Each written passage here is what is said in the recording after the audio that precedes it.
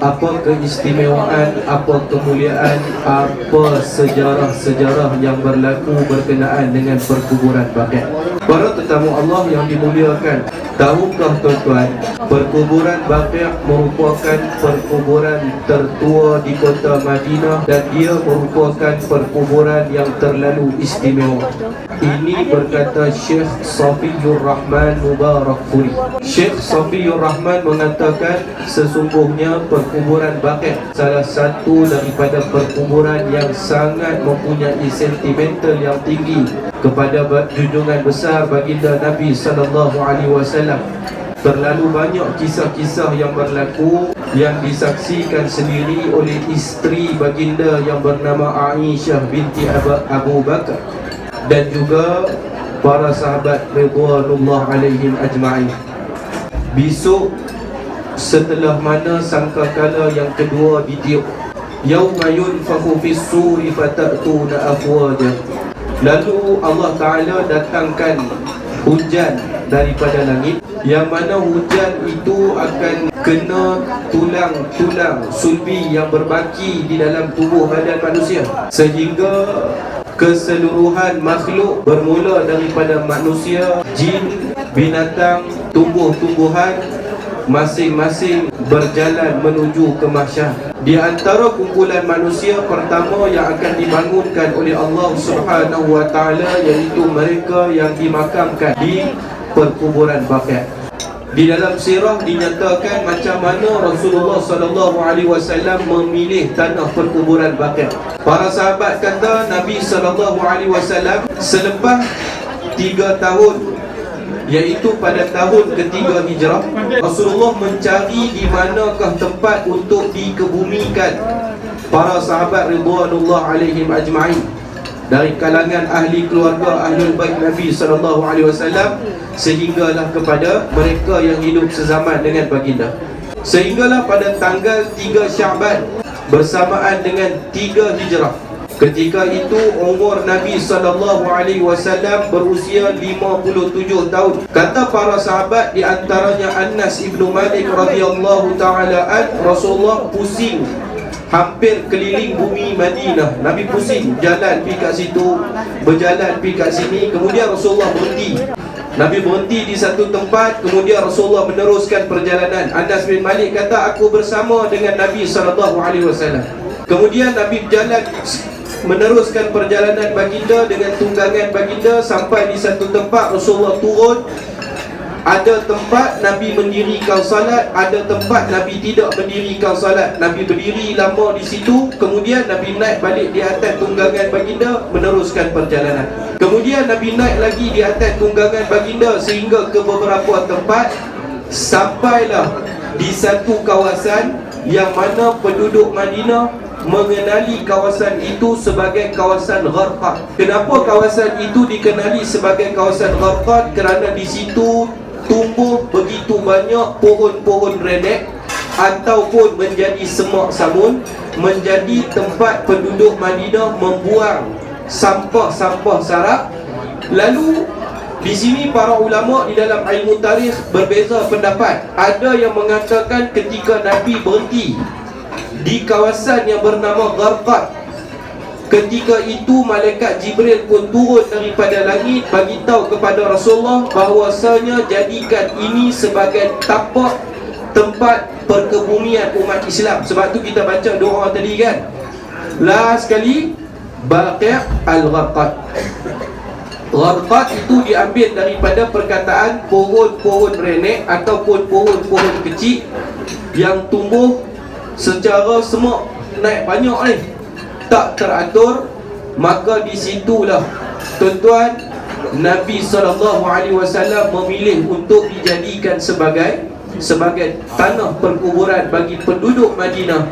Itulah kawasan yang kita ziarah pagi tadi yang dinamakan sebagai Baqi' ataupun Baqi' al-Gharqad.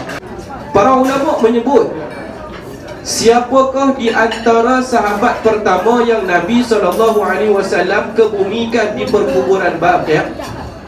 Orang pertama yang Nabi tanam pada tanggal 3 Syaban tahun 3 Hijrah selepas Nabi berhijrah ke kota Madinatul Nabi sallallahu alaihi wasallam, Madinatul Munawwarah ni, siapa orang pertama yang dikebumikan di Baqi' al-Gharqad ni?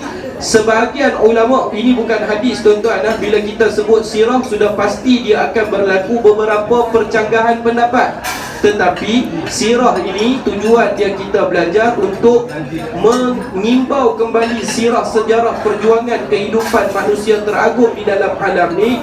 Nama dia Muhammad ibn Abdullah sallallahu alaihi wasallam. Maka para ulama kata berdasarkan daripada beberapa riwayat yang dinyatakan manusia pertama yang bertuah yang dipilih untuk ditanam di perkuburan Baqi' al-Gharqad itulah Sayyidina Uthman ibn Maz'un. Sayyidina Uthman ibn Maz'un. Kalau ada pendapat lain yang mengatakan sahabat yang lain, saya susul 10 jari, mohon maaf banyak-banyak. Ini sumber rujukan saya tuan-tuan yang mengatakan dia adalah orang pertama yang dikebumikan di perkuburan Baqi' al-Gharqad. Tuan-tuan tahu tak betapa besarnya perkuburan Baqi' ini kepada Nabi SAW? Saya bawakan 2 cerita saja tengah hari ini kepada tuan-tuan. Walaupun ada bermacam-macam cerita, sahabat tengok Rasulullah menangis teresak-resak, tak pernah lagi selama mereka mendampingi Rasulullah Nabi menangis seakan-akan seperti kanak-kanak. Tak bunyilah, tapi air mata merambu-rambu turun. Itu juga berlaku di kawasan Baqi' al-Gharqad. Tapi kita nak ambil 2 cerita yang besar. Nak bagi tahu kepada tuan-tuan, nak cerita kepada tuan-tuan pada tengah hari ini, kalau kita datang ke kota Madinah, kita cuba menghidupkan sunnah-sunnah Rasulullah. Sebagai contoh hari ini pada hari Jumaat, orang yang nak pergi solat Jumaat bangkit pagi-pagi daripada 1 sunnah, 2 sunnah, 3 sunnah. Sebelum pergi solat Jumaat, dia mandi pula, dia membersihkan diri dan sebagainya. Salah satu sunnah bagi orang yang datang ke kota Madinah itulah sunnah menziarahi Baqi' al-Gharqad. Kerana apa? Para sahabat mengatakan selama kami bersama Nabi SAW, paling lama dalam tempoh seminggu sekali sahaja. Dalam tempoh seminggu sekali Nabi mesti akan pergi. Kalau tidak, 2-3 hari sekali, 2-3 hari sekali, 2-3 hari sekali. Tapi sekiranya ada urusan luar daripada kota Madinah, baginda Nabi SAW menziarahi Baqi' seminggu sekali. Para dhuyufur rahman, satu lagi perkara yang kita kena tahu, Rasulullah menziarahi Baqi' kebanyakan dia pada waktu malam, tuan-tuan. Nabi SAW kata Aisyah menziarahi Baqi' selepas daripada 2/3 malam, selepas daripada 1/3 malam. Dan pernah aku tengok Nabi SAW menziarahi Baqi', kemudian Bilal bin Rabah pun melakukan azan. Jadi kisah yang pertama para dhuyufur rahman, ini bukan daripada hadis, ini kisah yang dibawakan oleh ulama tarikh. Kata Aisyah satu hari kepada sekumpulan wanita-wanita yang datang menemuinya selepas kewafatan Rasulullah SAW, maka mereka nak mendengar bagaimana perjalanan hidup. Bukan tuan-tuan saja nak dengar, bukan tuan-tuan saja suka dengar. Generasi selepas daripada kewafatan Rasulullah yang datang daripada Afrika, yang datang daripada perjalanan yang jauh, mari bertemu Aisyah. Mereka bertanya kepada Aisyah, "Ya Aisyah, ceritakan kepada kami bagaimana kehidupan kamu dengan Rasulullah. Ceritakan kepada kami bagaimana Nabi SAW ni." Jadi satu hari mai satu kumpulan manusia bertemu Aisyah. Mereka bertanya kepada Aisyah, "Wahai Aisyah, bagaimana keadaan Nabi SAW ketika baginda hidup?"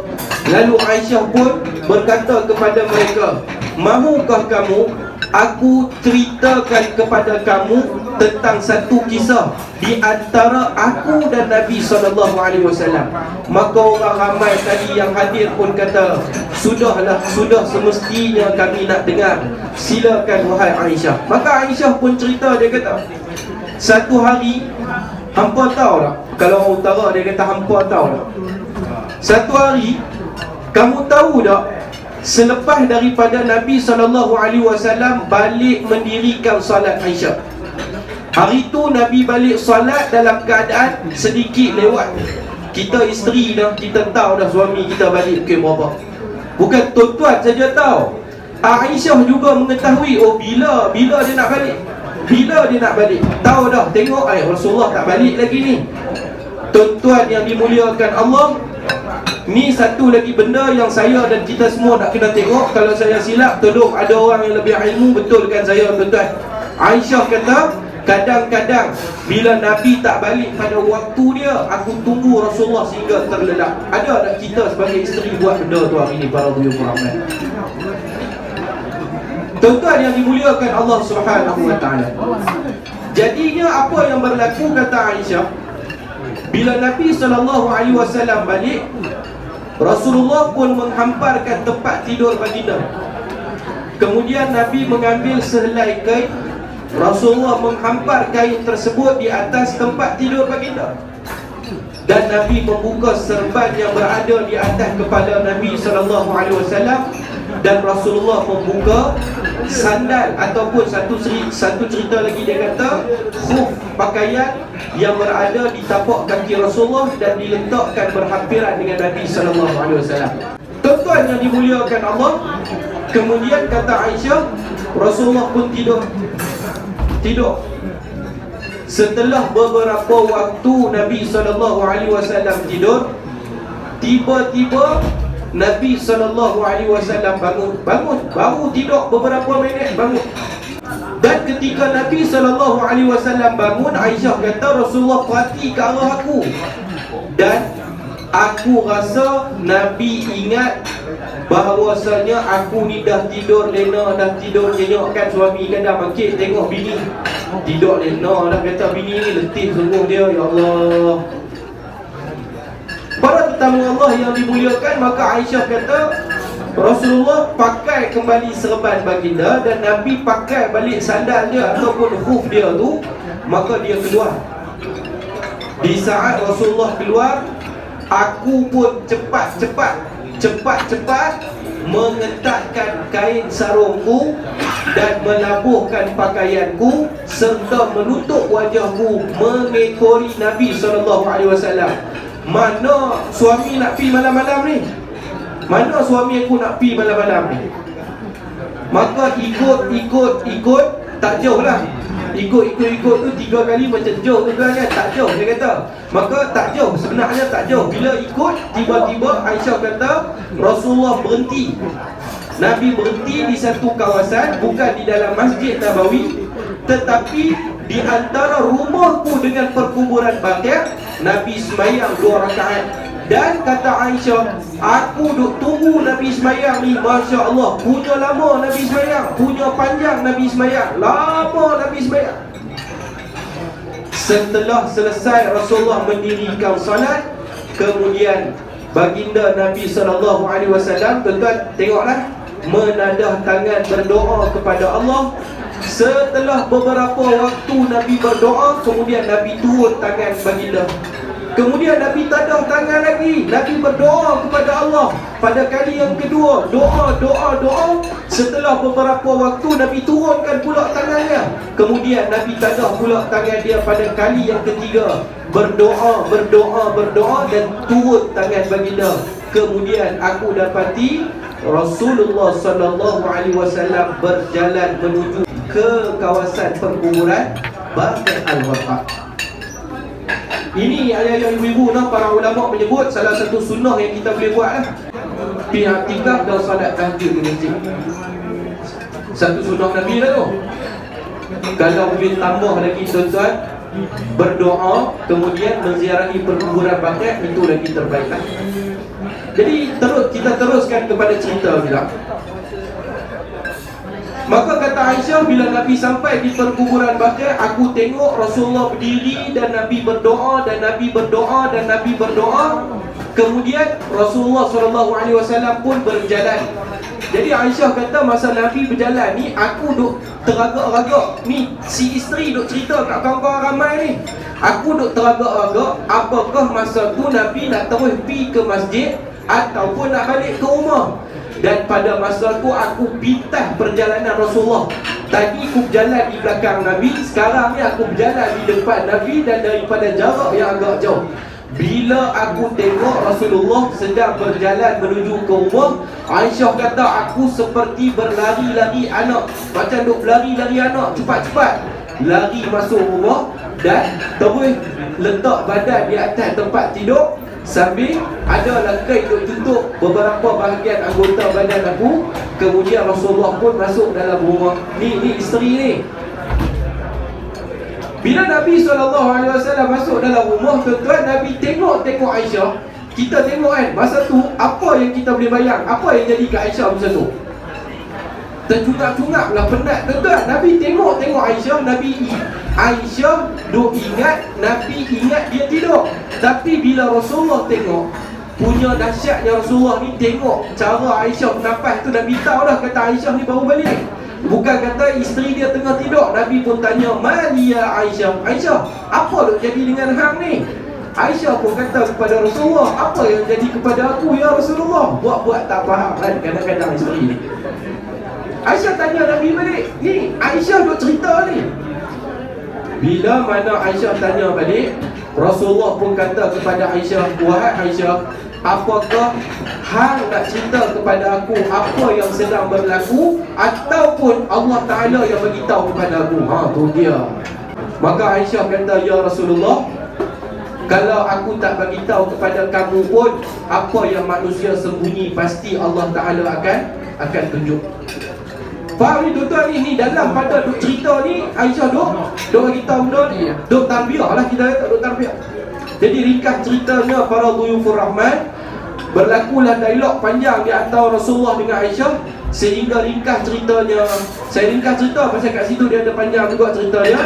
Maka Aisyah pun kata kepada Rasulullah, demi mak dan ayahku, demi Abu Bakar, sesungguhnya ya Rasulullah, aku tidak ada niat yang tidak baik, melainkan aku heran kamu baru saja balik rumah, penat pun tak ada nak hilang, tiba-tiba kamu keluar. Kemana pergi kamu wahai Rasulullah? Itu yang menyebabkan aku nak ikut kamu. Maka Rasulullah pun kata, lah rupa-rupanya bayang-bayang yang aku tengok tadi tu hang ke Aisyah? Maka Nabi SAW kata, lah rupanya yang tadi duk ingatkan mana tahu Jibril main ikut kat depan ke. Aisyah kata, masa tu aku pun tunduk malu-malu senyum kat Nabi SAW. Maka Rasulullah kata, wahai Aisyah, hang tahu dah apa jadi tadi masa aku baru sahaja tidur, lalu Jibril datang mengejutkan aku, memberitahu kepadaku bahawasanya Allah Ta'ala suruh aku mendoakan kepada Ahlul Baqi'. Subhanallah, tuan-tuan. Aisyah tahu dah tadi yang baru lena sat ni, yang menyebabkan aku bangun daripada tidur ni sebab Jibril datang. Jibril kejut aku daripada tidur. Jibril bagi tahu, wahai Muhammad, Allah Ta'ala suruh kamu berdoa kepada Ahlul Baqi'. Dan Nabi SAW kata, aku telah berdoa kepada Ahlul Baqi' dan aku telah berdoa kepada Ahlul Baqi'. Itu yang gemai satu hadis riwayat Muslim.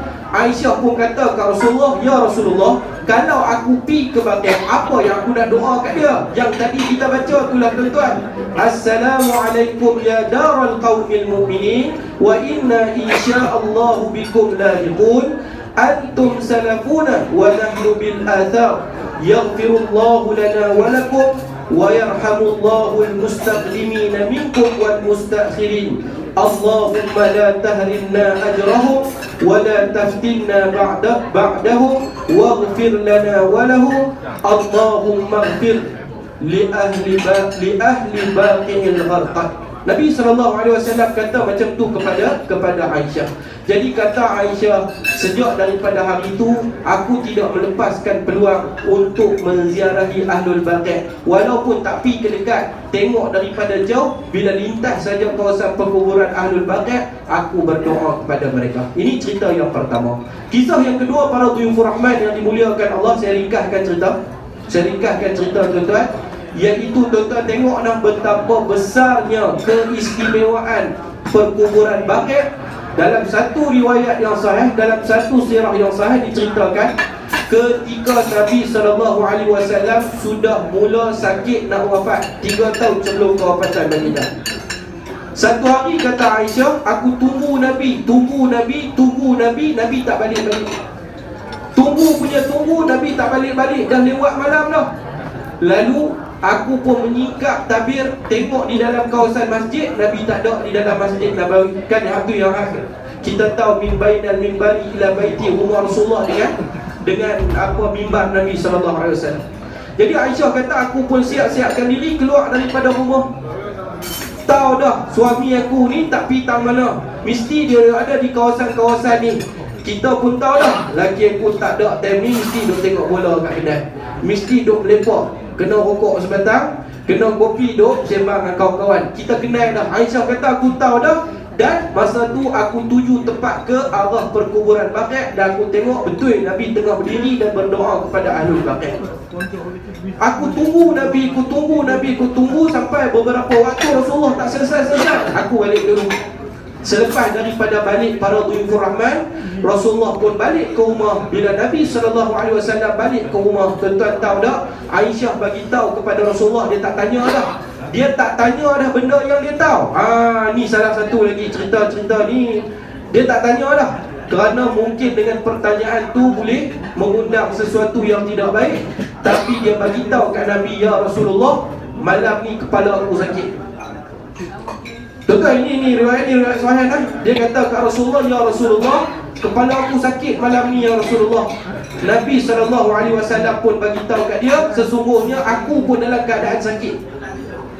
Para ulama para ulama bahas apa penderitaan, apa sakit yang sedang Nabi SAW tanggung pada ketika tu. Sebahagian ulama kata itulah sakit sabit daripada daging yang Nabi mamah di dalamnya ada racun, sehingga pada ketika tu Bishrul bin Barak mati. Kesan daripada racun tu Nabi SAW duk sakit. Sakit apa? Demam badan Nabi sat naik sat turun, dan yang keduanya sakit kepala.